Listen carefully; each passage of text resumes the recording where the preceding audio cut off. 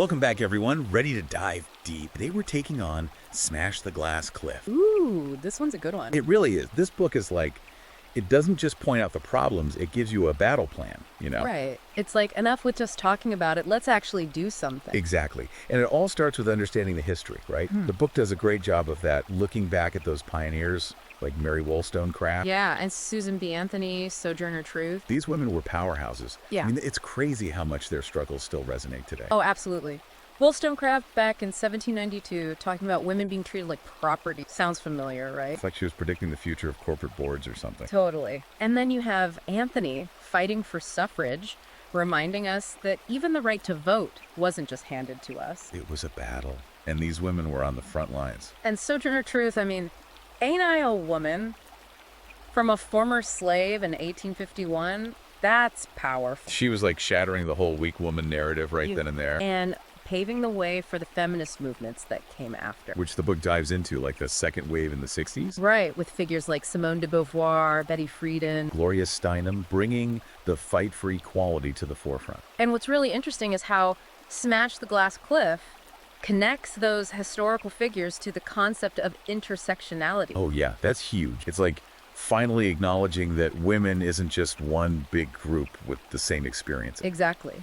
Women of color, queer women, women with disabilities, they all face unique challenges. And we can't ignore that. Which is where figures like Kimberly Crenshaw, Patricia Hill Collins, bell hooks become so important. They're like the foundation of understanding that different women need different kinds of support, different solutions. Absolutely. It's about recognizing the layers of oppression, right, and how they intersect. It's so true. It's not a one-size-fits-all situation. But even with all the progress these pioneers made, the fight's not over, right? Not by a long shot. Yeah. Which is where the whole glass cliff concept comes in. Yeah, right. The book really lays out how even today, women are often set up to fail.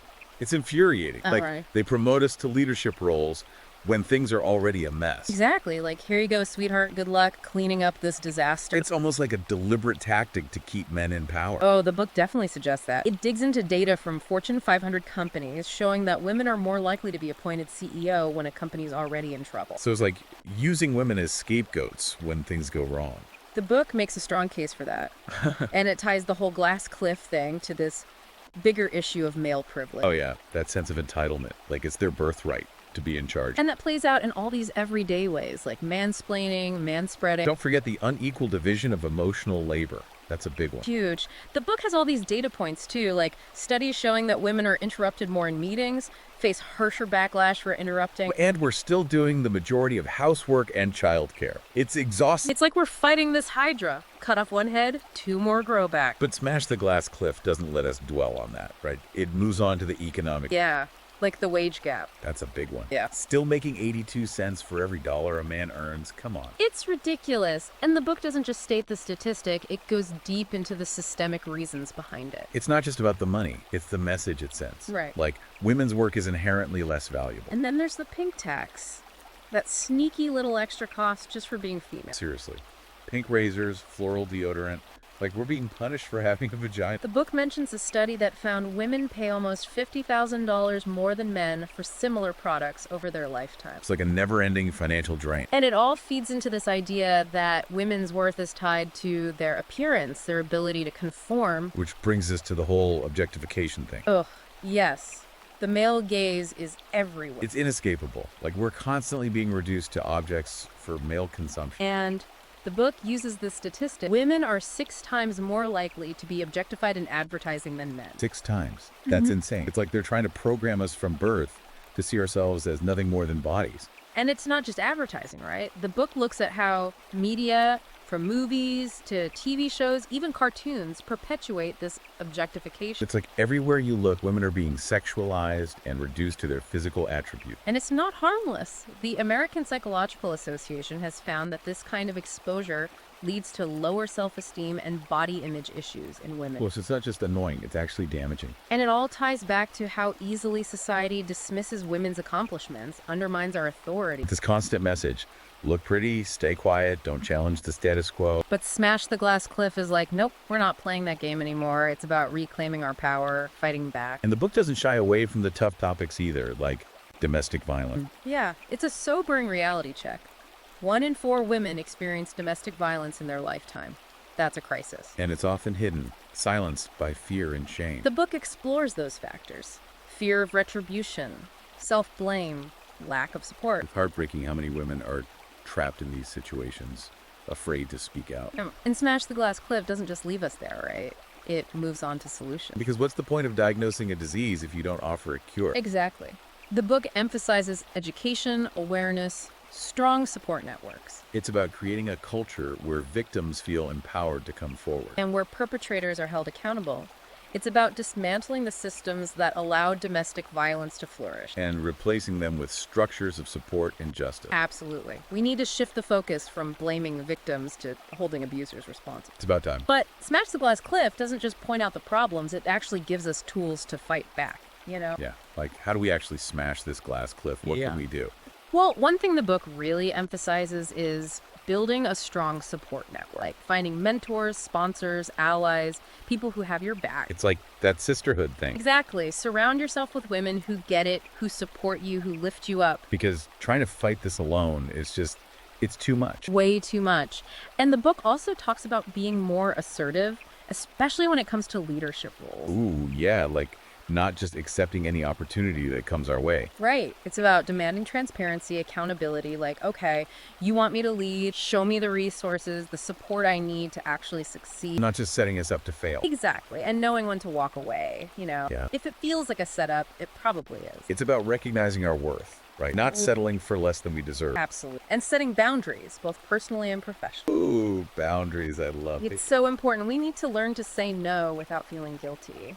Because for so long, women have been conditioned to be people pleasers, putting everyone else's needs first. Right. And that leads to burnout, resentment, all kinds of bad stuff. It's time to reclaim our time and energy. Yes. And the book also gets into negotiation, which can be a scary topic for a lot of women. Oh, I hate negotiating. It feels so confrontational. I know, right? But the book encourages us to advocate for fair pay, challenge unfair treatment, and not be afraid to ask for what we're worth. It's like ditching the nice girl act and embracing our inner boss lady. Exactly. And it gives practical tips too, like researching salary ranges, practicing your pitch. So it's not just about being aggressive, it's about being strategic. Right. It's about knowing your worth and being prepared to fight for it. And it's not just about individual action either, right? The book talks about collective action. Oh, yeah. That's huge. It encourages us to challenge those societal norms that keep us down. Like speaking out against sexism, misogyny, objectification, even when it's uncomfortable. Especially when it's uncomfortable. Silence is complicity, you know? It's like we have to call out the BS, even if it ruffles some feathers. Exactly. And it's about supporting each other, joining forces with other women, participating in movements for change. There's power in numbers, right? Absolutely. And the book also talks about this internal work we need to do, like dismantling those limiting beliefs we've internalized. Ooh, yeah, those negative self-talk tapes we all have playing in our heads. Exactly. Those messages that tell us we're not good enough, not smart enough, not strong enough. Like, who am I to think I can do this? Right. But the book reminds us that those beliefs are often rooted in societal conditioning, not our actual abilities. It's like those messages were planted there by the patriarchy. Exactly. And we have the power to rewrite the script, you know, to create a new narrative that embraces our strengths. It's about recognizing those internalized messages and actively rejecting them. Exactly. It's about reclaiming our power, both internally and externally. And the book gets into specific challenges too, right? Like the struggles of working mothers. Oh, yeah. It talks about the motherhood penalty, the wage gap for moms, the societal pressure to choose between career and family. Like, we're supposed to be superhuman or something, succeed at work, and be perfect moms at the same time. Right. And without any real support, the book advocates for policies like affordable childcare, paid parental leave, flexible work arrangements. It's about time. It's about creating a society that actually values families, that recognizes the importance of investing in mothers. Because investing in mothers is investing in the future. Exactly. And it tackles reproductive rights, too. Oh, yeah, that's huge. It emphasizes that a woman's right to choose is non-negotiable. It's our bodies, our choices. Exactly. And the book delves into the history of reproductive rights, the ongoing threats, the importance of being vocal advocates for our reproductive freedom. It's crazy that we're still having to fight for this in 2020. I know, right? It's exhausting. But the book reminds us that we can't be complacent. We have to keep fighting for ourselves and for future generations of women. Absolutely. And it also talks about those insidious female stereotypes that hold us back. Oh yeah, the ones we've been hearing since we were little girls. Like girls are bad at math, or boys will be boys, you know? It seems harmless, but it's not. It plants these seeds of doubt in our minds. Right. And the book argues that these stereotypes has real-world consequences, impacting our career choices, our earning potential. It's like they limit our possibilities before we even have a chance. And it's not just about internalizing those stereotypes, it's about how they're portrayed in media. Oh yeah, the media plays a huge role in this. Women are often shown as emotional, irrational, weak, while men are the strong, rational, decisive ones. It's like we're constantly being bombarded with these images that reinforce those harmful stereotypes. And Smash the Glass Cliff encourages us to be critical consumers of media, to challenge those representations, and to support media that shows women in a more empowering light. We need more diverse stories, more complex female characters. Absolutely. And it's about changing the narrative within ourselves, too. Like embracing our ambition, celebrating our achievements. Exactly. Rejecting the idea that a woman's success somehow threatens men. It's a win-win, people. When women succeed, everyone benefits. Exactly. And the book doesn't forget about men's role in all this either. Because we can't do it alone, right? We need allies. Absolutely. The book argues that men have a responsibility to acknowledge their privilege, to challenge sexist attitudes, and to actively work to dismantle the patriarchy. It's not about saving women. It's about recognizing that equality benefits everyone. Exactly. And it encourages men to listen to women's experiences, to educate themselves, and to use their positions of power to advocate for change. We need more men to step up and say, this isn't right, and I'm going to do something about it. And to have those difficult conversations even when they're uncomfortable. It's about challenging sexist jokes, calling out discriminatory behavior, even if it means rocking the boat a little. Because change doesn't happen in comfort zones, right? Exactly.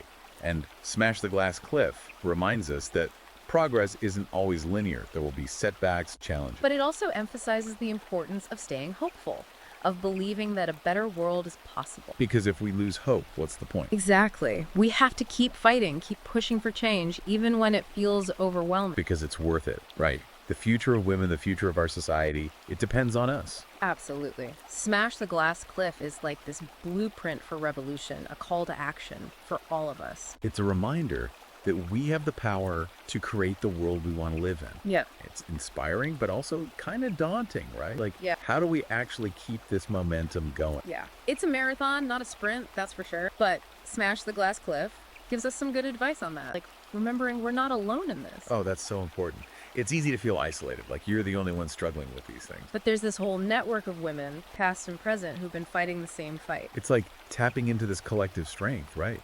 Drawing on the legacy of the women who came before us. Exactly. And the book encourages us to connect with other women, build those communities, create spaces where we can share our stories, support each other. Because we need that, right? That sense of solidarity, knowing we're not alone. Absolutely. And it reminds us to celebrate our victories too, no matter how small. Yeah. Every step forward is a win. And speaking of wins, the book also talks about self-care. Ooh, self-care. So important, but so easy to forget. It's like we're so busy fighting for everyone else, we forget to take care of ourselves. And we can't pour from an empty cup, Right? Nope. The book encourages us to prioritize activities that bring us joy, whether it's spending time in nature, pursuing hobbies, just resting and recharging. It's about filling our cup so we can keep going, keep fighting. Exactly. And the book also reminds us that revolution doesn't always have to be loud and aggressive. Oh, yeah. Sometimes the quiet acts of resistance are the most powerful. Like just living authentically, you know? Challenging the status quo in our everyday choices. It's about embracing our individuality, refusing to conform to those narrow expectations of what it means to be a woman. And defining success on our own terms. Not letting society dictate what that looks like for us. It's about creating a world where every woman feels empowered to be herself, no matter what that looks like. Absolutely. And the book's final chapter, Smashing the Glass Cliff for Good, it really lays out this vision for a better future. A future where gender is no longer a barrier to success, where women are equally represented in positions of power. And where those systems that have held us back are finally dismantled. It's a beautiful vision, but also a lot of work. It's going to take a fundamental shift in societal values, that's for sure. But the book emphasizes that it's possible. We just have to keep fighting for it. Exactly. And that fight starts with each of us, with the choices we make every single day. It's about choosing to challenge those sexist jokes, to call out discrimination, to support women-owned businesses, to mentor other women. To be active participants in our communities, to use our voices, our platforms to create a more just and equitable world. Because even the smallest actions can make a difference. Absolutely. It's about recognizing that we're all part of this collective movement for change. And that's what makes me feel hopeful, that together we can actually make a difference. Me too. And the book ends on such a powerful note, reminding us that the future is ours to create. That progress is possible, Yeah. that we can smash the glass cliff for good. And build a world where every woman can thrive. Smash the Glass Cliff is such a powerful book. I feel like everyone should read it. I agree. It's a must-read for anyone who wants to understand the complexities of gender inequality and what we can do about it. And if you haven't already, you can check it out on Amazon Kindle and Google Play Books. Definitely do that. So, on that note, we'll leave you with this final thought. The world needs more women who are willing to smash the glass cliff, to challenge the status quo, to create a better future for all of us. So go out there, be bold, be fearless, and keep smashing.